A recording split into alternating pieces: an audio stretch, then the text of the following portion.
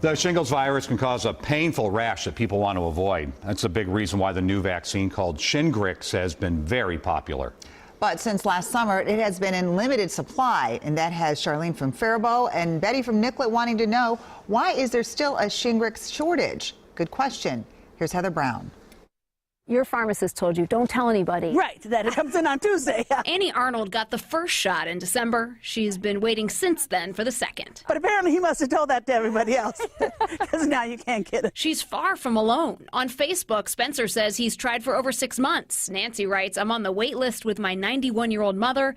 And Judy posts that her pharmacy's wait list has just grown too long. We've had shortages for vaccines for chickenpox as well, so this is not a new phenomenon. Dr. Mark Schleiss is a professor of pediatric infectious diseases. In this case, they were just simply, I think, surprised by how much demand there was for this vaccine. The old vaccine worked 30–40% of the time. This is 97% of the time. They just didn't anticipate that they would need to manufacture as much as they prepared to manufacture. GlaxoSmithKline, that's the company that makes Shingrix, says its one competitor, Zostavax, only reached 30% of the market.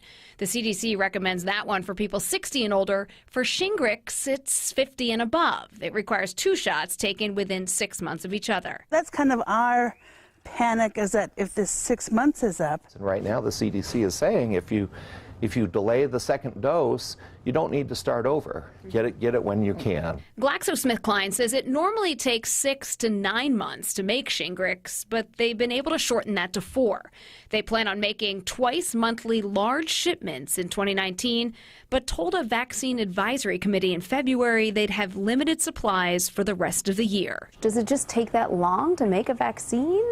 Making a vaccine is a complicated process. There are many safety checks along the way. I keep calling every week, and I'll call until one day he says, you know, we've got it, and then we'll hop in the car and run over there. Heather Brown. I keep calling. Yeah. It's Tuesday. WCCO 4 News. Now, after the interview, Annie did make that call. Her pharmacy in Plymouth had the vaccine. Experts say get on the wait list at your pharmacy, clinic, or doctor's office. Of all the clinics and pharmacies that Heather talked with today, only Fairview said it is not having to restrict the Shingrix vaccine for patients. If you have a good question for Heather, just email it by going to WCCO.com/links.